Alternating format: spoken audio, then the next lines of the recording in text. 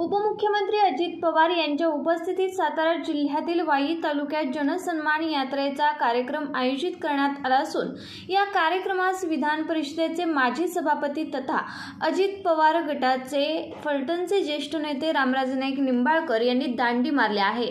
त्यांच्या गैरहजर राहण्याची जोरदार चर्चा राजकीय वर्तुळात सध्या सुरू आहे। उपमुख्यमंत्री अजित पवार यांच्या उपस्थितीत लोणंद येथे पाणी पुरवठा योजनेचे भूमिपूजन पार पडल्यानंतर वाई जनसन्मान यात्रेचा कार्यक्रम आयोजित करण्यात आला आहे। या कार्यक्रमासाठी उपमुख्यमंत्री अजित पवार यांच्यासह आमदार मकरंद पाटील, खासदार नितीन पाटील हे देखील उपस्थित आहेत। मात्र यावेळी कार्यक्रमास माजी विधान परिषद सभापती रामराजे नाईक निंबाळकर यांनी अनुपस्थिती लावल्याचा प्रकार घडला आहे। त्यांच्या या अनुपस्थितीची जोरदार चर्चा सध्या कार्यक्रमस्थळी व जिल्हाभर सुरू आहे।